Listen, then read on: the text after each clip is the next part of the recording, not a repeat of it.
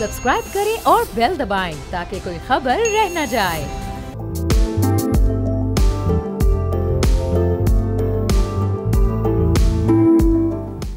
अस्सलाम वालेकुम, मैं अरबाब जहांगीर। आप देख रहे हैं प्रोग्राम व्यापार। पाकिस्तान सेहत के हवाले से तरक्की पजीर मुल्कों में शामिल है जहां कमज़ोर माशी हालात के सबब सेहत को इतनी ज़्यादा तरजीह नहीं दी जाती है। पाकिस्तान में रोज़ाना 27 माह और 1 माह से कम उम्र के 675 बच्चे जान की बाजी हार जाते हैं। नौज़ायदा बच्चों की मौत की शरह के मामले में पाकिस्तान दुनिया में तीसरे नंबर पर है। दुनिया के 190 ममालिक में सेहत की सहूलियात के हवाले से पाकिस्तान का नंबर 122वां है।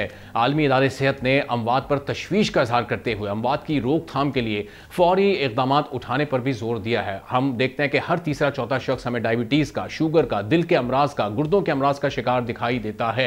अब जो पाकिस्तान में इस वक्त वो जो कंपनीज जो कि इस वक्त फार्मास्यूटिकल इंडस्ट्री से वाबस्ता हैं, उनके मुताबिक मकामी मार्केट में दस्तियाब 90% अद्वियात मुल्क के अंदर तैयार की जाती हैं और इनमें से बहुत सी मसनूआत एक्सपोर्ट क्वालिटी पर भी पूरी उतरती हैं। जुलाई 2024 से पाकिस्तान में फार्मास्यूटिकल एक्सपोर्ट में हमने 52% इजाफा देखा है, जिसका सेरा हुकूमत की डी रेगुलेशन पॉलिसीज को भी किसी हद तक जाता है। अब ज़ाहिर पाकिस्तान में बहुत सारी ऐसी कंपनीज हैं जो कि मकामी सतह पर भी बेहतर काम कर रही हैं। बहुत सी ऐसी कंपनीज भी हैं जो कि इंटरनेशनली उनकी फ्रेंचाइजीज भी पाकिस्तान में है। अब किस तरह से ये तनासुब पूरा मौजूद है, इस पर भी हम आपसे बात करेंगे। लेकिन कुछ फिगर्स ऐसे हैं जो 2019 से 2023 तक के हैं, ज़रा वो आपसे शेयर करना बहुत ज़्यादा ज़रूरी है। 2019 में फार्मास्यूटिकल सेक्टर की टोटल मार्केट 422 मिलियन रुपए थी, जिसमें कौमी कंपनीज ने 296 मिलियन और बैनुल अक़वामी कंपनीज ने 126 मिलियन रुपए शामिल थे।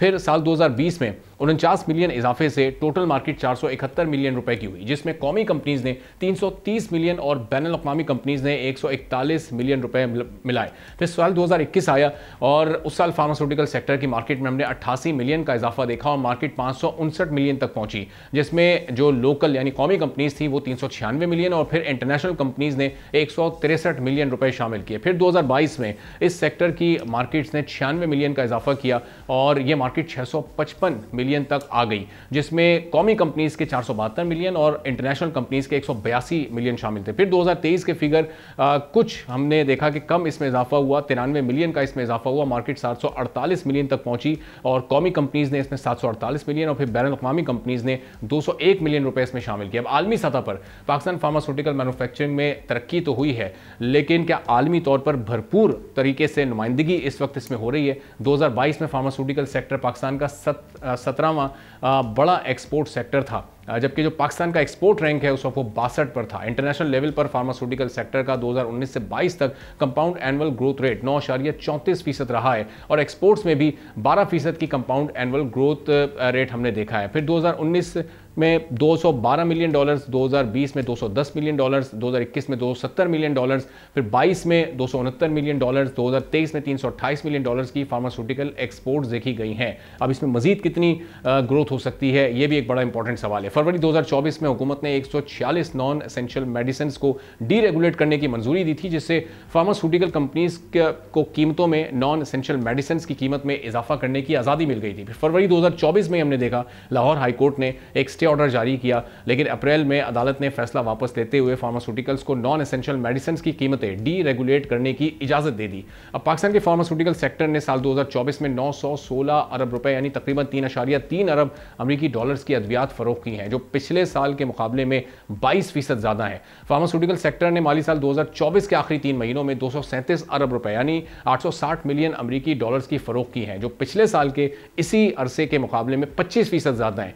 तो फरोख्त में 20% इजाफे की वजह कीमत में इजाफा और बाकी 5% बढ़ने की वजह ज्यादा क्वांटिटी में फरोख्त रही है। फिस्कल ईयर 2024 में पाकिस्तान फार्मास्यूटिकल इंडस्ट्री की एक्सपोर्ट्स में 44% इजाफा हुआ है, जो 59,213 टन से बढ़कर 85,492 टन हो गई है और इसके नतीजे में फार्मास्यूटिकल्स की जानिब से की गई एक्सपोर्ट्स 328 मिलियन डॉलर से 341 मिलियन डॉलर्स तक पहुंच गई हैं। तो अब ये पूरी सूरत हाल है। चैलेंजेस इस इंडस्ट्री के क्या हैं, मजीद ग्रोथ कितनी हो सकती है और इन एक्सपोर्ट्स को कैसे बढ़ाया जा सकता है और अब इस इंडस्ट्री का जो मुस्तकबिल है, जो फ्यूचर है वो क्या है, इस पर हम गुफ्तगू करेंगे। हारून कासिम साहब साबिक चेयरमैन है पाकिस्तान फार्मास्यूटिकल एसोसिएशन के, हमारे साथ मौजूद हैं।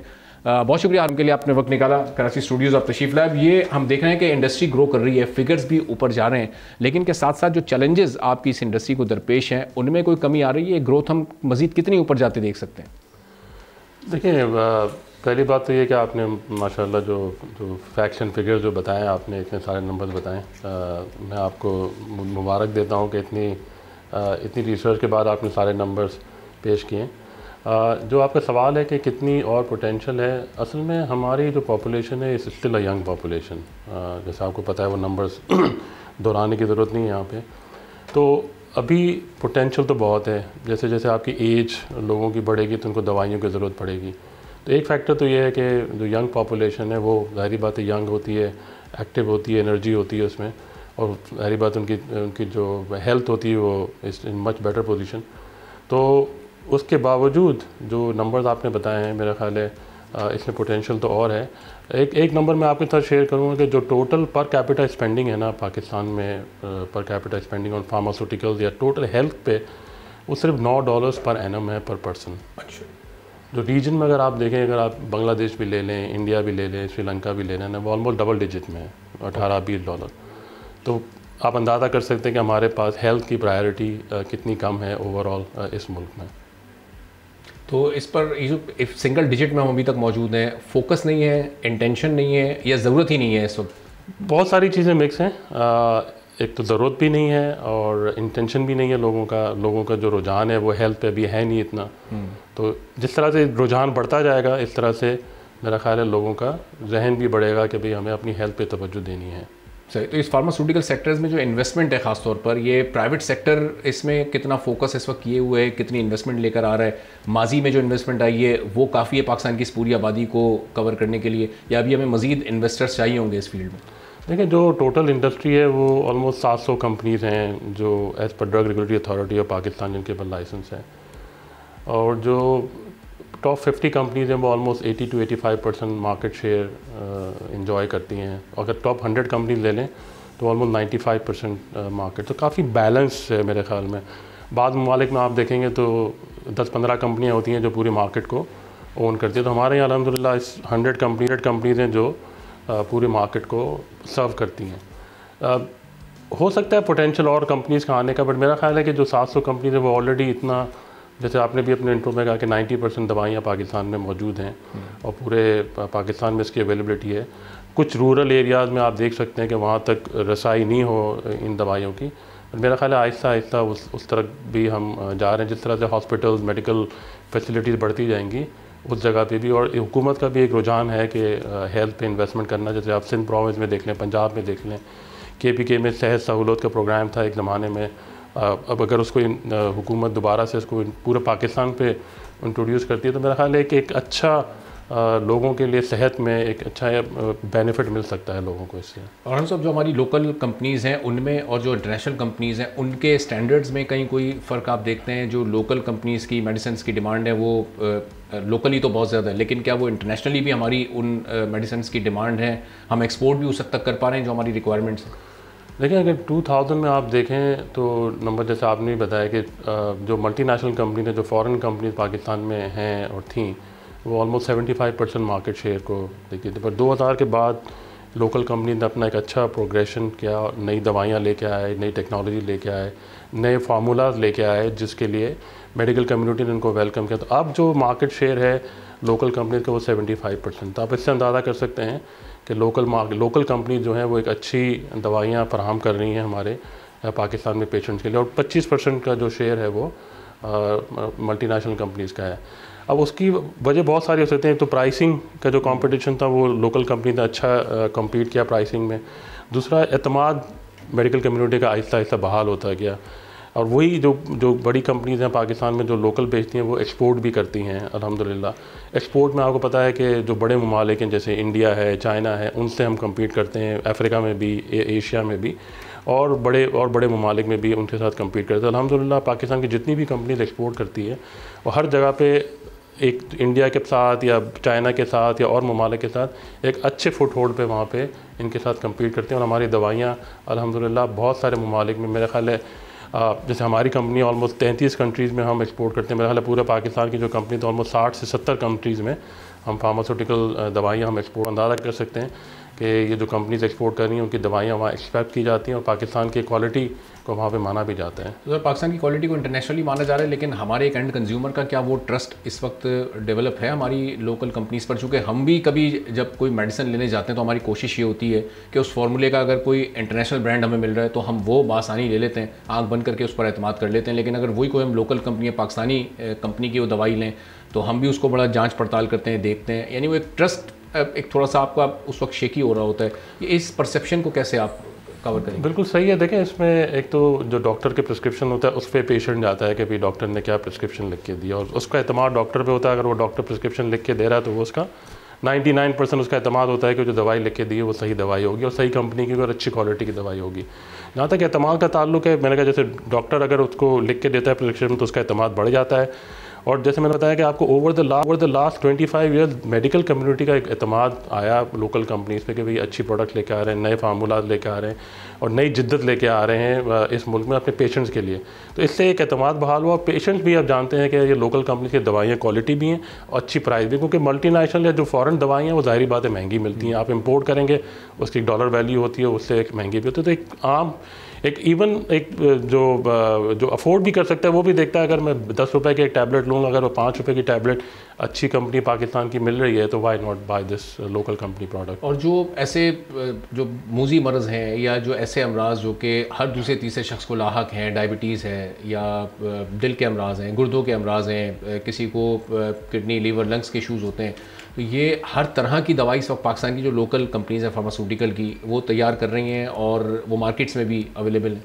अभी मैं कल ही मैं अपने एक जगह पढ़ रहा था, बल्कि मैं अपनी टीम से भी आज डिस्कस कर रहा था कि 4 डिज़ीज़ उन्होंने बताए, कैंसर, डायबिटीज़, ओबेसिटी एंड चौथी थी कार्डियोलॉजी। 4 डिज़ीज़ जो हैं पूरी दुनिया में फैलती जा रही हैं और पाकिस्तान भी जैसे आपने बताया डायबिटीज़ है, किडनी फेलियर, इस तरह की चीज़ें हैं और ओबेसिटी से ये बहुत सारे डिज़ीज़ का ताल्लुक़ है। ये सारी एक्सेप्ट कैंसर जिसको ऑन्कोलॉजी कहते हैं, इसके अलावा सारी दवाइयाँ पाकिस्तान में बनती हैं। ऑन्कोलॉजी की जो कुछ हाई टेक प्रोडक्ट्स हैं वो इंपोर्ट होती हैं। इसके बाद जो बेसिक ऑन्कोलॉजी की प्रोडक्ट्स हैं जिसमें जैसे ब्रेस्ट कैंसर हैं, बहुत सारी दवाइयाँ पाकिस्तान में अब बनती हैं, पर उसके बावजूद इंपोर्ट भी होती हैं। बट आहिस्ता आहिस्ता मेरा ख्याल है कि पाकिस्तानी कंपनीज ऑन्कोलॉजी पे, कैंसर प्रोडक्ट्स पे तवज्जो दे रही हैं। अब मेरा जो असेसमेंट है इंशाल्लाह अगले 5 साल में या मैक्सिमम 10 साल में जितनी भी ऑन्कोलॉजी प्रोडक्ट्स जो हम इंपोर्ट करते हैं, मुझे कभी उम्मीद है कि पाकिस्तान फार्मास्यूटिकल इंडस्ट्रीज़ को पूरा 100% यहाँ पे बनाने के लिए फैसिलिटीज़ भी हो जाएंगी और बना भी सकेंगे इंशाल्लाह। अच्छा, हम ये देखते हैं कि बहुत ये कुछ है 2, 4, 5 साल हैं जिसमें हमें बियर करना पड़ेगा कि जैसे हम भी देखते हैं हमें भी कुछ ऑन्कोलॉजी के प्रोडक्ट इंपोर्ट करनी पड़ती है पेशेंट्स के लिए, तो एक तकलीफ देह है। बट इंडस्ट्री इंशाल्लाह अल्हम्दुलिल्लाह इस तरफ जा रही है कि वो ऑन्कोलॉजी के प्रोडक्ट्स भी पाकिस्तान में बनाएंगे। अब या बहुत से ऐसे परसेप्शंस भी या डॉक्टर्स या कुछ ऐसे न्यूट्रिशनिस्ट हैं जो कि ये कह रहे होते हैं कि ये आप दवाओं को कम कर दें या लो कर दें या साइड कर दें और अपनी लाइफस्टाइल को आप बेहतर कर लें तो बहुत सी ऐसी इस तरह की बीमारियां हैं जिनको आप कवर अप कर सकते हैं, आपको दवाओं की ज़रूरत ही नहीं पड़ेगी। अब ये असल सिग्निफिकेंस या इंपॉर्टेंस है क्या किसी भी मेडिसिन की, लाइफ सेविंग ड्रग की? देखिए, कुछ तो जेनेटिक होता है जिसमें आप दवाइयों के बगैर आपको उस मसले का हल नहीं है, और कुछ बहुत ज़्यादा लाइफस्टाइल पे डिपेंड करता है। ब्लड प्रेशर है, ओबेसिटी है, डायबिटीज़ है। अब डायबिटीज़ आज हम सुबह बात कर रहे थे कि ज़रूरी नहीं है कि आप मोटे हों तो आपको डायबिटीज़ हो। ऐसे पेशेंट भी हैं जैसे आप हैं या मैं हूँ, एक नॉर्मल वेट है हमारा, उनके पास उनको भी डायबिटीज़, बिकॉज जेनेटिक एक डिस्पोजिशन है उस चीज़ की। मेडिकल उसमें टर्मिनोलॉजी में कहते हैं कि भाई जेनेटिकली अगर आपके फैमिली में चला रहा तो आपको भी होना ज़रूरी है। ज़रूरी नहीं मतलब आप उसको कर सकते हैं, पर 90% चांस है कि आपको भी वो, चाहे आप लाइफस्टाइल अपना इंप्रूव भी कर लें तो 90% चांस है कि आपको वो डायबिटीज़ या अपने कैंसर या कार्डियोलॉजी की आपको बीमारी आएगी। लाइफस्टाइल तो कहीं पे भी आप जाएंगे ना, अगर आप एक हेल्दी लाइफस्टाइल करेंगे तो बहुत सारी बीमारियों से आप बच सकते हैं। ये तो इसमें तो कोई मैं दो राय नहीं दे सकता, मेडिकल कम्युनिटी भी यही कहती है। अच्छा, एज इंडस्ट्री अब ये जो हमने देखा पिछले 4-5 सालों में एक बहुत बड़ा इजाफा हुआ है दवाओं की कीमतों में, चाहे वो लोकल कंपनीज़ हो चाहे वो इंटरनेशनल कंपनीज़ हो। 2019-20 से पहले की जो कीमतें हुआ करती थी वो इतनी ज़्यादा इजाफे वाली नहीं थी। 300-400% का जो इजाफा हुआ, इसकी क्या ये बुनियादी वजूहत हैं? क्या रॉ मटीरियल महंगा हो चुका है, जो चीज़ें हम इंपोर्ट करते हैं क्या उनकी कॉस्ट बहुत बढ़ चुकी है, या ये जो एक्सचेंज रेट हमारा बढ़ा है ये बुनियादी वजह है? या एक परसेप्शन होता है कि फार्मास्यूटिकल कंपनीज अपनी मर्ज़ी से भी हर थोड़े अरसे के बाद वो मनमाना इजाफा कर देती हैं कीमतों में? देखिए पहले तो ये जो आपने क्या बाकी सारा मीडिया ही इसको हाईलाइट करता है कि 300 से 400% दवाइयों की कीमत बढ़ गई, और आपने अभी अपने फैक्ट्स एंड फिगर्स में बताएं कि जो टोटल इंक्रीज़ हुआ है वो 25% हुआ है, जिसमें 21% प्राइस इंक्रीज़ है और 4% वॉल्यूम इंक्रीज़ है। तो 300% और 21% वो मैच नहीं करता है। हाँ, ये ज़रूर हुआ है कि एक दवाई की कीमत अगर ₹1 पर टैबलेट थी और उसकी अफोर्डेबिलिटी नहीं थी, वो बनी नहीं सकती थी, तो हुकूमत ने उसको अलाउ किया कि भाई आप ₹1 को ₹2 करते हैं ताकि वो दवाई अवेलेबल हो जाए पेशेंट के लिए। तो वो जाहिर बात है 100% इंक्रीज़ हो गया। बट ओवरऑल आप कॉन्टेक्स्ट में देखें तो पेशेंट बेनिफिट इसमें है। आपको अगर याद हो पैनाडोल, मैं नाम ले रहा हूँ सॉरी, बट एक दवाई बंद कर दी थी कंपनी ने, हुकूमत ने उसमें इंटरवेंशन किया और उसको उन्होंने प्राइस बेहतर की, तो उन्होंने उस प्रोडक्ट को रीलॉन्च किया। जब वो प्रोडक्ट मार्केट में नहीं थी तो उसकी काउंटरफिट मार्केट में आना शुरू हो गई थी। हमारे लोगों ने खुद जाके वो काउंटरफिट दवाइयाँ खरीदी, क्योंकि वो ख़रीदनी थी उनको।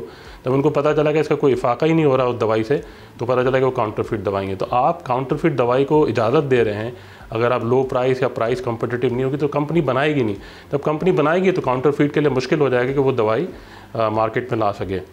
जहाँ तक आप इंक्रीज़ की बात कर रहे हैं, सिग्निफिकेंट इंक्रीज़ हुआ है वैल्यू में, और मेरा ख्याल है अभी भी अगर आप डेटा चेक करें, और मेरे पास तो पिछले साल का भी डेटा है कि हम as an volume Pakistan industry almost 7वें 8वें नंबर पे आती है पूरी दुनिया में। और हमारा वैल्यू वाइज जो नंबर है ना, हम टोटल आपने जो बताया 1 ट्रिलियन, 1 ट्रिलियन रुपीज़ की टोटल मार्केट हो गई। ट्रिलियन रुपीज़ को आप ले लें तो $3 बिलियन हो गया। $3 बिलियन पाकिस्तान की फार्मा मार्केट साइज़ 47 या 48 नंबर पे आती है दुनिया में। वी आर द, हम सबसे दुनिया में सस्ती तरीन दवाइयाँ हम बनाते हैं। आप बांग्लादेश से कंपेयर कर लें, इंडिया से कंपेयर कर लें। हमारी बड़ी बहस हुई इस मामले में drug regulatory authority of Pakistan से, और ये ऑलमोस्ट 20 साल से मैं देख रहा हूँ कि हमारी इस पर डिस्कशन होती रही हुकूमत के साथ। 2018 में प्राइस इंक्रीज़, 2016 में एक प्राइसिंग पॉलिसी आई। 2005 से मुझे याद है 15 तक कोई प्राइस इंक्रीज़ अलाउ नहीं करती थी हुकूमत, बिकॉज ऑफ वेरियस रीजन। अच्छा, उस वक्त डॉलर भी, यूटिलिटीज़ भी सब सही थी। आपको याद है 2018 के बाद आज 2025 में डॉलर कहाँ से कहाँ चला गया, पॉलिसी रेट कहाँ से कहाँ चला गया, यूटिलिटीज़ आपकी कहाँ से कहाँ चला गई, इन्फ्लेशन पिछले साल 40% था। तो ये सारी चीज़ें फैक्टर हो के अब बहुत सी कंपनीज़ के लिए वायबल नहीं था कि वो प्रोडक्शन करें। तो इससे सफ़र कौन कर रहा था? पेशेंट कर रहा था, बिकॉज काउंटरफिट ड्रग्स मार्केट में आ रही थी। तो मेरा ख्याल है कि ओवरऑल अभी भी हमारी जो दवाइयाँ हैं, सस्ती तरीन दवाइयाँ हैं पाकिस्तान में, अगर आप कंपेयर करें रीजन से। प्राइस कंट्रोल अभी भी है। जैसे आपने कहा कि एक मैं तस्दीक करना चाहूँगा इसमें कि आपने कहा कि 146 एसेंशियल ड्रग्स को डीरेगुलेट कर दिया है। इसमें तस्दीक है कि 146 एसेंशियल को डीरेगुलेट नहीं किया, उसको उन्होंने रेगुलेटेड रखा है। अच्छा, 146 दवाइयाँ जो मॉलिक्यूल्स हैं उसको हुकूमत ही अभी भी उसकी प्राइसिंग तय करती है। उसके अलावा उन्होंने डीरेगुलेट कर दिया, जो इंडस्ट्री के लिए एक अच्छा है कि उसमें इन्वेस्टमेंट भी आएगी, उसमें कंपटीशन भी बढ़ेगा। और जब मार्केट बेस्ड कंपटीशन होता है तो उसमें प्राइसेस, जाहिर बात है, मैं देखूंगा आपकी क्या प्राइस है, उसकी क्या प्राइस। 100 कंपनियां अगर हैं और अगर 6 कंपनी वो प्रोडक्ट लॉन्च करती है, मॉलिक्यूल लॉन्च करती है, तो आप अंदाज़ा कर सकते हैं कि किस तरह से प्राइस कंपटीशन होगा इसमें। तो मेरा ख्याल है benefit at the end consumer को ही जाएगा इस डीरेगुलेशन के लिए। हम एक्सपोर्ट करते हैं, जैसे मैं अपनी बात करूँ 30 ममालिक में मैं एक्सपोर्ट करता हूँ। 33 ममालिक में, उनमें से 30 ममालिक है जिसमें कोई प्राइस कंट्रोल नहीं है। इस फ्री प्राइस मैकेनिज्म में और मार्केट कंपटीशन प्राइस डिसाइड करती है। तो मेरा ख्याल है ओवरऑल आपका जो सवाल है उसका जवाब ये है कि बिल्कुल बड़ी है, $3 बिलियन विच इज़ नथिंग। अगर आप बड़ी कंपनी देख लें तो पाकिस्तान की फार्मा मार्केट स्टिल अभी बहुत छोटी है। अच्छा, चलें, फार्मा सेक्टर की डिमांड्स क्या हैं और चैलेंजेस अभी क्या क्या दरपेश हैं, गवर्नमेंट से रिलीफ आप लोगों को क्या क्या चाहिए, ये सवाल आपके सामने रखता हूँ। छोड़ते हैं, ब्रेक के बाद वापस आते हैं, गुफ्तगू वहीं से शुरू करेंगे। एक बार फिर आपको प्रोग्राम में खुशामदीद कहेंगे। हारून कासिम साहब हमारे साथ मौजूद हैं, फॉर्मर चेयरमैन है पाकिस्तान फार्मास्यूटिकल एसोसिएशन के। तो हारून साहब, ये अगर इस इंडस्ट्री ने मजीद ग्रो करना है तो गवर्नमेंट से आपको क्या रिलीफ चाहिए हैं, डिमांड्स आप लोगों की बेसिकली क्या हैं, चैलेंजेस आपके क्या हैं, एक्सपोर्ट्स को हम कैसे टिकल की? देखिए, हमने ओवर द लास्ट मेरे 2 साल से हम हुकूमत के साथ, इससे पहले भी अब जब से SIFC आई है उनके साथ भी हम इंटरेक्शन कर रहे हैं, और हमने काफ़ी सारी डिस्कशन और काफ़ी सारे प्रपोजल्स हर लेवल पे हमने दिए हुए हैं। चीज़ा जो 2-3 में मेरे जहन में मैं आपसे बात कर लेता हूँ। एक्सपोर्ट की जो आपने बात की, तो एक्सपोर्ट में बड़ा पोटेंशियल है। जैसे हमने भी थोड़ा फोकस किया था कंपनी, तो हमें लगा कि हम बहुत सारा पोटेंशियल है। तो हमने हुकूमत को तजवीज़ दी कि तो एक काउंसिल बनाई जाए, एक्सपोर्ट काउंसिल, जिसमें इंडस्ट्री के भी लोग हों और हुकूमत के भी, जिसमें कॉमर्स मिनिस्ट्री है, ड्रैप है, उससे एक तो फ़ायदा ये हुआ कि बहुत सारे जो चैलेंजेस होते हैं लोकल लेवल पे उसको हम एक फोरम पे बैठ के फ़ौरन डिसाइड करें, क्योंकि एक्सपोर्ट है मार्केट, उसमें वैसे भी टाइम लगता है क्योंकि एक्सपोर्ट में रजिस्ट्रेशन करानी पड़ती है, तो कहीं कहीं साल 2 साल लग जाते हैं। अगर हमारे यहाँ पे लोकल लेवल पे कुछ चीज़ें अगर फास्ट हो जाएं तो वो टाइम यहाँ पे बच जाएगा, तो वो टाइम वहाँ पे हम सेव कर सकते हैं। तो ये तजवीज़ हमने दी है कि एक काउंसिल बना लें, और ये दुनिया में जैसे इंडिया में या बहुत सारी जगहों पे एक ऐसी काउंसिल होती है जिसमें हुकूमत और प्राइवेट जो एसोसिएशन थे वो मिल के उस पर तवज्जो देते हैं। दूसरी बात हमने रिक्वेस्ट की हुई है कि हमारे पास जो फॉरेन एक्सचेंज आता है एक्सपोर्ट का, उसमें हम 15% हम रिटेन करते हैं, जिसमें हम मार्केटिंग एक्सपेंस करने पड़ते हैं, और फार्मास्यूटिकल में मार्केटिंग स्पेंड है ना वो काफ़ी हैवी होता है। तो जिस तरह से हुकूमत ने आईटी इंडस्ट्री को मेरा ख्याल है 35 या 50% तक अलाउ किया है कि अगर $100 आते हैं तो $35 या $50 देखें वो रिटेन कर सकते हैं। तो हमने हुकूमत को तजवीज़ दी और 12 हमने स्टेट बैंक से भी रिक्वेस्ट किए कि वो 15% को हमें कम से कम 30% तक अलाउ करें, ताकि हम फॉरेन मार्केट में इन्वेस्टमेंट कर सकें, और ज़ाहिर बात जब इन्वेस्टमेंट करेंगे तो उसका रिटर्न भी इंशाल्लाह डॉलर टर्म में आएगा। ये 2 चीज़ें मैंने कही, और बहुत सारी और भी डिस्कशन एक्सपोर्ट के लिहाज से चल रही हैं। मेरा ख्याल है कि अगर ये चीज़ें हम कर लेते हैं तो अगर हम अभी 450-500 मिलियन डॉलर पे हैं, तो हम मेरे ख्याल है 1-2 साल के अंदर हम $1 बिलियन पाकिस्तान के लिए हम जनरेट कर सकते हैं फॉरेन एक्सचेंज में रेवेन्यू में। आपने बात की, मेरे ख्याल है 70वें एक्सपोर्ट पे हम आते हैं। अभी लेटेस्ट फिगर्स हमसे हमारे कोलीग ने कुछ शेयर किया इंडस्ट्री के, तो मेरा ख्याल है हम 5वें-6ठे नंबर पे हम आ गए हैं। अगर इंडस्ट्री में हम देखें, अगर टोटल एक्सपोर्ट पाकिस्तान की अगर 26-27 अरब है अभी तक, तो हम 500 मिलियन की एक्सपोर्ट करें तो मेरा ख्याल है 7वें-8वें नंबर पे हम आ गए, एज एन इंडस्ट्री हम आ गए, जो एक अच्छा ओमेन है कि इंडस्ट्री भी फोकस कर रही है और हुकूमत भी इस पर फोकस कर रही है कि जितना एक्सपोर्ट बढ़ेगा ज़ाहिर बात है उससे मुल्क को ही फ़ायदा होगा। सही। और इसमें अगर जो प्राइवेट सेक्टर की इन्वेस्टमेंट की हमने पहले भी बात की थी, वो कितनी इंपॉर्टेंट है? हुकूमत तो अपने तौर पर चलें फैसिलिटेशन करती है, इस वक्त नई इन्वेस्टमेंट इसमें कितनी आ रही है, वो मार्केट को कितना मज़ीद बड़ा कर सकती है? और इन केस अगर आने वाले सालों में ये इन्वेस्टमेंट या मार्केट का वॉल्यूम नहीं बढ़ता, तो अभी इसी एग्जिस्टिंग वॉल्यूम के साथ फिर अपनी एक्सपोर्ट्स को हम कितना बढ़ा सकते हैं? देखें, कुछ कंपनीज, कुछ नहीं, काफ़ी सारी कंपनीज अब इंटरनेशनल सर्टिफिकेशन पे जा रही हैं, तो उसके लिए ज़ाहिर बात है वो अपना इन्वेस्टमेंट कर रही हैं। पाकिस्तान में 3 कंपनीज हैं जो already WHO pre qualified approval हैं। WHO एक बड़ा इदारा है जो फैसिलिटीज़ को, प्रोडक्शन फैसिलिटीज़ को अप्रूव करता है। कुछ कंपनीज हैं जो ऑलरेडी PICS है, एक इंटरनेशनल सर्टिफिकेशन बॉडी है, जिससे फ़ायदा ये है कि आप ऑलमोस्ट 50-60 ममालिक में अपनी प्रोडक्ट एक्सपोर्ट कर सकते हैं। तो कुछ कंपनीज उसकी तरफ भी फोकस कर रही हैं, कुछ कंपनीज यूरोपियन यूनियन की तरफ फोकस कर रही हैं, कुछ तरफ कंपनीज ये फर्स्ट वर्ल्ड कंट्रीज़ के लिए फोकस कर रही है। तो मेरा ख्याल है कि अगले 4-5 साल में आप देखेंगे कि मुझे उम्मीद है कि एटलीस्ट 10 से 15 कंपनीज ये इंटरनेशनल सर्टिफिकेट अचीव करेंगी, तो उससे फिर ज़ाहिर बात है वो उनको मौका मिलेगा कि वो एक फ़र्स्ट वर्ल्ड कंट्री में जहाँ पे डॉलर वैल्यू ज़्यादा होती है, क्योंकि वो अफोर्ड कर सकते हैं, तो वहाँ पे हम अपनी एक्सपोर्ट को बढ़ा सकते हैं वहाँ पे। और पाकिस्तान की अभी बड़ी एक्सपोर्ट मार्केट्स अभी कौन सी हैं, और इन फ्यूचर हमें भी कौन सी मार्केट्स को एक्सप्लोर करना है, या हम स्टार्ट कर चुके हैं कुछ नई मार्केट्स को एक्सप्लोर करना? बहुत है, अभी तो कहते हैं ना, हमने सिर्फ सरसरी हम चले हैं, बहुत ज़्यादा पोटेंशियल है। तो सबसे बड़ी मार्केट अगर आप देखें तो हमारा नेबरिंग जो अफ़गानिस्तान है, उसको हालांकि रुपी टर्म में लेते हैं, अगर डॉलर टर्म में देखें तो सबसे बड़ी मार्केट अफ़गानिस्तान है, फिर श्रीलंका है, फ़िलिपीन है, फिर फार ईस्ट में म्यांमार, कंबोडिया, फिर अगर आप अफ्रीका में चले जाएँ तो पूरा अफ्रीकन मार्केट है, वेस्ट अफ्रीकन है, और साउथ अमेरिका जो एक बड़ी अनटैप मार्केट है हमारे फार्मास्यूटिकल इंडस्ट्री में, जिसको आहिस्ता आहिस्ता कंपनी टैप कर रही हैं, तो वहाँ पे भी बड़ा पोटेंशियल है। देखें, मेरा ख्याल है कि 200 ममालिक हैं दुनिया में, हम जैसे मैंने कहा 60 ममालिक पे हम अभी एक्सपोर्ट करते हैं। मेरा ख्याल है कि 30 से 40 ममालिक हैं जिनमें पूरी एक फार्मास्यूटिकल इंडस्ट्री एक एग्जिस्ट करती है। तो बहुत सारा पोटेंशियल अभी भी मौजूद है कि जिसमें हम अपनी दवाइयाँ एक्सपोर्ट कर सकते हैं। तो ये सारी मार्केट्स एक्सप्लोर करने के लिए अब हमें अपनी प्रोडक्शन को भी फिर बढ़ाना पड़ेगा, और उसमें भी कुछ फर्दर चैलेंजेस आएंगे, या प्रोडक्शन को हम इन ममालिक को सामने रखते हुए उसमें हम इंक्रीज़ कर सकते हैं? उसमें इन्वेस्टमेंट तो करना पड़ेगा कंपनीज़ को, और इन्वेस्टमेंट के लिए ज़ाहिर बात है क्वालिटी को भी इम्प्रूव करना पड़ेगा, इंटरनेशनल सर्टिफिकेशन भी लेके आनी पड़ेगी।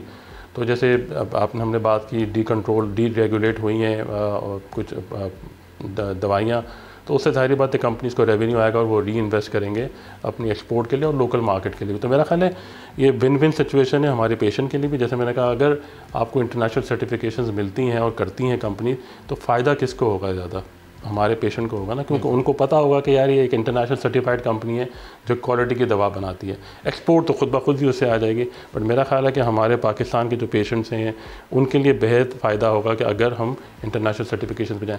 ये इसमें ज़रूर हो सकता है कि हुकूमत इसमें मदद करे, कोई ऐसा मैकेनिज़्म हो जिसमें वो अगर इंटरनेशनल सर्टिफिकेशन लेके आती है तो कोई उसमें सब्सिडी हो, कोई इंसेंटिव हो, जिसमें मेरा ख्याल है हुकूमत से भी हमने काफ़ी दफ़ा बात की, वो भी प्रपोजल पे हमने उनको दिया हुआ है कि जो कंपनीज इंटरनेशनल सर्टिफिकेशन पे जाती हैं तो उसको कुछ हद तक के लिए टैक्स एग्जेम्पशन या कोई ऐसे इंसेंटिव दे जाएँ ताकि अगर 10 कंपनियाँ हैं तो 20 कंपनियाँ और इस पर अपना हिस्सा डालें इसमें। SIFC की फॉर्मेशन के बाद अब आपकी उनसे जो भी इस वक्त डायलॉग चल रहे हैं उसमें कितनी पॉजिटिव इस वक्त आपको पेशरफ नज़र आ रही है? क्योंकि 4-5 ऐसे सेक्टर्स हैं जिन पर सॉरी उन्होंने बहुत ज़्यादा फोकस किया हुआ है, तो उन सेक्टर्स में ज़ाहिर है अभी फार्मास्यूटिकल का नाम नहीं है, तो उन लोगों से इस वक्त कैसे डायलॉग चल रहे हैं? उसके बाद कोई चेंज आपको पॉजिटिव फील हुआ है?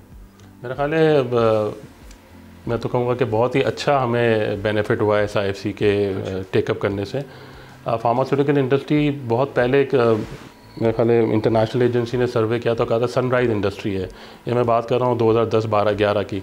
वो ज़ाहिर बात है एक रिपोर्ट थी, हुकूमत ने खुद करवाई थी रिपोर्ट, उसका कोई फ़ायदा इतना नहीं हुआ, बट ज़ाहिर बात है किसी चीज़ बहुत सारी चीज़ों में वक्त लगता है, तो वो फ़ायदा हम देख रहे हैं कि SIFC ने इसको लिया। SIFC ने ज़ाहिर बात है मिनिस्ट्री ऑफ कॉमर्स को, ड्रैप को, सबको इन्वॉल्व किया, तो एक अच्छा वर्किंग रिलेशनशिप बन गया बिकॉज ऑफ SIFC, जिसमें हम जैसे मैंने कहा आपको एक्सपोर्ट के लिए हमने बात की, लोकल डीरेगुलेशन की जब हमने बात की, तो overall industry and I think the patients benefit with the whole, ये जिस तरह से ये पूरा SIFC इसमें इन्वॉल्व भी है। सर, और जब ये इन्वेस्टमेंट बढ़ती है, प्रोडक्शन बढ़ती है, तो जिस तरह अभी थोड़ी देर पहले भी हमने प्राइसिंग की बात की थी कि एक एंड कंज्यूमर के लिए तो एक बड़ा इशू है किसी भी दवाई की कीमत बढ़ना या उसके लिए उसकी अफोर्डेबिलिटी, तो और हम देखते हैं कि कीमतें एक बार जब बढ़ जाएँ तो वो कम भी नहीं होती, तो डिमांड, सप्लाई एंड डिमांड का भी इसमें इशू है, या बस एक बार अगर प्राइसिंग कोई तय हो गई तो उसने फिर ऊपर ही जाना है और फार्मास्यूटिकल सेक्टर में भी वो वापस नहीं आ सकती है? देखिए, जो डीरेगुलेट हुई है प्राइस, तो उसमें जैसे मैंने अभी बताया कंपटीशन है, तो प्राइसेस कम भी हुई हैं और बढ़ी भी हैं, तो मार्केट फैक्टर्स विल डिटरमिन कि किस तरीके से प्राइस बढ़ी है। अभी जिस वक्त ये डीरेगुलेटरी, मुझे याद है कि 5 कंपनियों ने वो मॉलिक्यूल लॉन्च किया, तो सारी बात एक कंपनी ने जैसे 100 रुपये पे लॉन्च किया, तो दूसरी कंपनी ने 80 रुपये पे लॉन्च किया, फिर तीसरी कंपनी ने 70 रुपये पे लॉन्च किया, तो बेनिफिट किसको जा रहा है? और अच्छा, ये सब बड़ी कंपनियाँ हैं, सब वेल नोन कंपनीज हैं, तो जो 100 रुपये पे जिसने लॉन्च किया वो मजबूर था कि वो अपनी प्राइस को कम करे, तो डीरेगुलेशन थी, उसने अपनी प्राइस कम कर दी। तो मेरा ख़्याल है कि पेशेंट को ज़ाहिरी बात है, और जहाँ पे इसीलिए हमारी कोशिश, और हम हुकूमत को ये कहते हैं कोई ऐसा प्रोग्राम पेशेंट के लिए हो या जो नॉन अफोर्डिंग पेशेंट्स हों, जिनको ये दवाइयाँ एक अच्छी प्राइस पर भी मिल सके और हुकूमत के तरीके से ही मिलें। जैसे सहूलत की हमने बात की, कार्ड की बात की, इस तरह के कोई प्रोग्राम, इंश्योरेंस के प्रोग्राम होने चाहिए जिससे कौम को या मुल्क को भी फ़ायदा हो और पेशेंट्स को भी फ़ायदा हो कि दवाइयाँ ख़रीद सकें।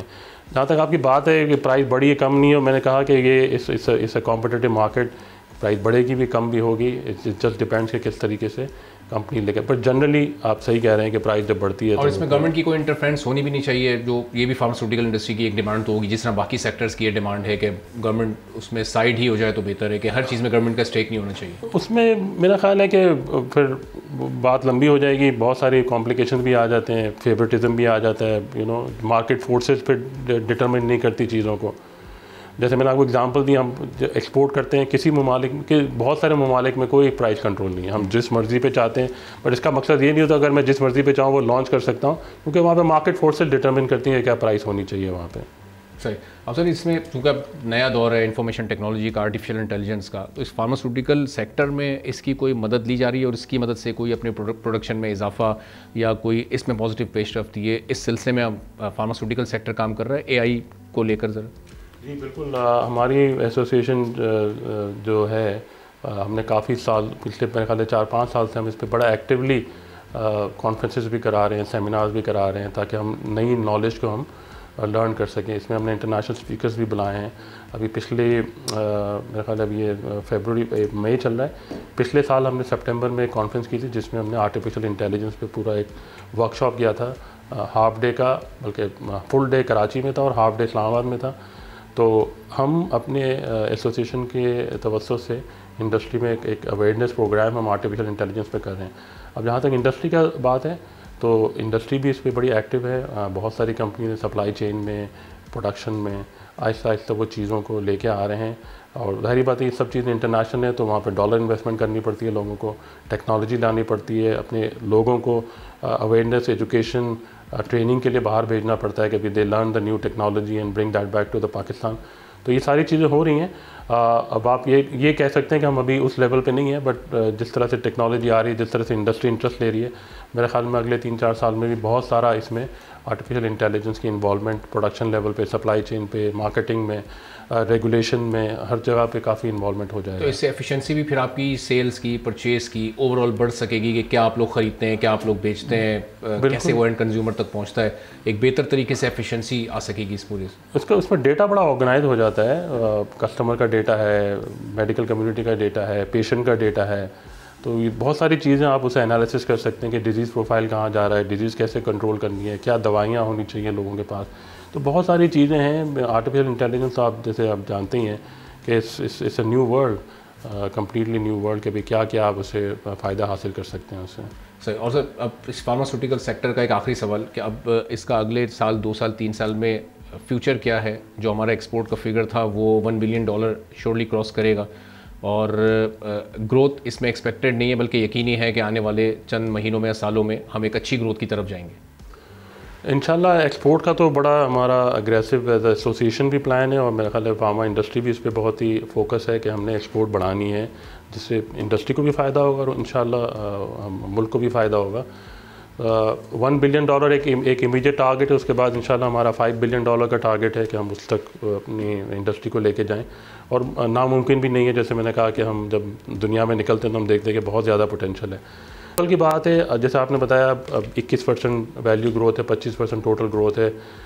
थोड़ी सी मेरे को लगता है ग्रोथ कम होगी बिकॉज प्राइसेस भी स्टेबलाइज हो जाएंगी, लोगों की जो अर्निंग है वो भी थोड़ी सी बेहतर होगी, और क्योंकि ये 10 से 12% से ज़्यादा ग्रोथ नहीं करेगी। हाँ, जब आपकी पॉपुलेशन एज होती जाएगी तो उसमें मेरा ख्याल है आपकी वैल्यू भी बढ़ेगी और वॉल्यूम भी बढ़ेगा, और ज़ाहिर बात है अवेयरनेस बढ़ती जाएगी तो इन्वेस्टमेंट और लोगों का हेल्थ पे फोकस ज़्यादा होगा, तो फिर ज़ाहिर बात है उस पर स्पेंडिंग भी होगी। जैसे मैंने कहा कि $9 इज़ नथिंग, इंटरनेशनल जो एवरेज है वो जैसे फर्स्ट वर्ल्ड कंट्री में तो $100-200 तक जाता है, हमारे यहाँ तो भी $9 पे खड़े हैं।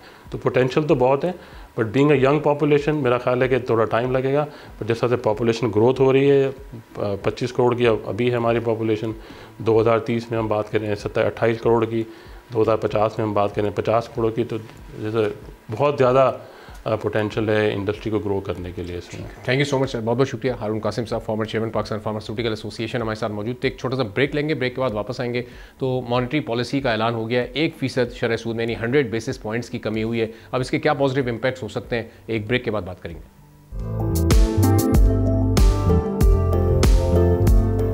एक बार फिर आपको प्रोग्राम में खुशामदीद कहेंगे और स्टेट बैंक की जानिब से मॉनेटरी पॉलिसी का ऐलान कर दिया गया है। 100 बेसिस पॉइंट्स, 1% की कमी अब मॉनेटरी पॉलिसी में की गई है। इसका मतलब जो इंटरेस्ट रेट है वो 12% से कम होकर 11% पर आ गया है। एक्सपेक्टेशन और डिमांड इस वक्त बिजनेस कम्युनिटी की ये थी कि इसको सिंगल डिजिट में लेकर आया जाए, चूँकि हुकूमत के पास, स्टेट बैंक के पास इस वक्त फिस्कल स्पेस भी मौजूद है, सारे मैक्रो इंडिकेटर्स इस वक्त अंडर कंट्रोल हैं, जिसका क्रेडिट भी ये हुकूमत लेती है। तो फिर इंटरेस्ट रेट को इतना स्लोली क्यों कम किया जा रहा है और इसको सिंगल डिजिट में लाकर जो इसका एक ड्यू रिलीफ है वो क्यों बिजनेस कम्युनिटी को नहीं प्रोवाइड किया जा रहा है, इस पर हम गुफ्तगू करेंगे। नईम कुरैशी साहब माहिर माशियात हैं, हमारे साथ मौजूद है। बहुत शुक्रिया नईम साहब, प्रोग्राम के लिए आपने वक्त निकाला।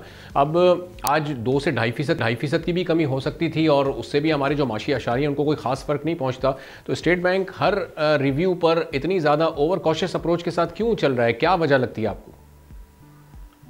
जी बहुत शुक्रिया जनाब। देखिए, ये जब भी शरह सूद में कमी का मामला होता है उस हमेशा जो है वो बिजनेस कम्युनिटी के मुतालबे पे जो है वो एफबीआर या स्टेट बैंक कभी तवज्जो देता नहीं है, ये हमारी रिवायत बन गई है। हकीकत यह है कि डोनाल्ड ट्रंप साहब ने टैरिफ की जिस जंग का आगाज किया है उसमें बहुत जरूरी यह है कि अपनी इंडस्ट्री को सपोर्ट किया जाए, अपनी बिजनेस कम्युनिटी को मजबूत किया जाए, और हुकूमत के पास इस चीज के होते हुए कि एफबीआर के जो सख्त कवानीन हमारे सामने ऑर्डिनेंस के जरिए आ रहे हैं और जितनी हमारी इंडस्ट्री और बिजनेस कम्युनिटी परेशान है, उसमें शायद स्टेट बैंक इस वक्त एक रिलीफ दे सकता था। हमारे जो इंडस्ट्री है, जो खास तौर से एक्सपोर्ट की इंडस्ट्री है, उन्हें इंकरेज कर सकता था कि तकरीबन इसको 300 बेसिक पॉइंट्स जो है वो कमी होनी चाहिए थी। लेकिन अनफॉर्चुनेटली स्टेट बैंक का रवैया इस तरफ जो है इसी तरह से हमेशा से पिछले 6 महीने से आपको पता है कि ये सब चीज हो रही है, जबकि हमारे पास गुंजाइश थी। और अगर ये इस वक्त 300 बेसिस पॉइंट्स कम हो जाते तो मैं समझता हूँ कि हमारी इंडस्ट्री को बड़ा बूस्ट मिलता और बिजनेस कम्युनिटी जो है इसको बहुत ज्यादा मतलब कि वो इंकरेज हो जाते। सही। तो अब नईम साहब ये ज़ाहिर महंगाई में जो इस वक्त इन्फ्लेशन रेट है उसको भी कमी लेकर आई है ये हुकूमत, गो कि वो बहुत बढ़ चुका था लेकिन बेस प्राइस अब अभी भी ऊपर है और उसमें जो उसकी स्पीड है वो थमी है। इंटरेस्ट रेट को एक अंडर कंट्रोल तरीके से क्यों नहीं ऑपरेट कर पा रहा है स्टेट बैंक इस वक्त? अगर ये 8% या 9% पर लेकर आ जाए तो इसमें कबाहत क्या है, इसमें रुकावट क्या है इनके नज़दीक? मुझे ऐसा लगता है असल में बेयकीनी की कैफियत बहुत है। और देखिए जब बेयकीनी की कैफियत होती है तो फिर जो है वो इदारे इसी किस्म के फैसले करते हैं। लगता यह है कि स्टेट बैंक को शायद ये खतरा महसूस होता है, ये खौफ है कि शायद आने वाले दिनों में जो है वो महंगाई बढ़ जाएगी। हालांकि इस वक्त महंगाई की कमी के जितने दावे किए जा रहे हैं 60 साल का जिस तरह रेफरेंस दिया जाता है उसमें तो बिल खुसूस ये जो है 300 बेसिक पॉइंट्स की कमी होनी चाहिए थी। और मैं ये समझता हूँ कि देखिए इस वक्त जो बैनुल-अक़वामी सूरत हाल है, टैरिफ की जो बात मैंने की है, मैं फिर रिपीट करता हूँ कि इस वक्त तमाम ममालिक इस बात की कोशिश में लगे हैं कि अपनी इंडस्ट्री को जो है वो सपोर्ट करें और अपनी इंडस्ट्री को मजबूत करें। ये वाहिद रास्ता है एक्सपोर्ट का जिसके जरिए जो है आप अपनी आमदनी बढ़ा सकते हैं, बजाय इसके कि आप जो है वो रेमिटेंसेस के ऊपर डिपेंड करें या आप ये समझें कि हम कर्ज लेके अपनी इंडस्ट्री को चलाते रहेंगे। ये मामला बहुत खराब हो जाएगा अगर हुकूमत की ये अप्रोच रही और स्टेट बैंक का इतना मोहतात रवैया रहा। आप देख लीजिएगा कि तमाम फेडरेशन और चेंबर ऑफ कॉमर्स की तरफ से इसकी मुखालफत की जाए। जी ठीक है, बहुत बहुत शुक्रिया नईम कुरैशी साहब हमारे साथ मौजूद। आपने सुनी, इसी के साथ नाज़रीन आज के प्रोग्राम से इजाज़त दीजिए। अल्लाह हाफ़िज़।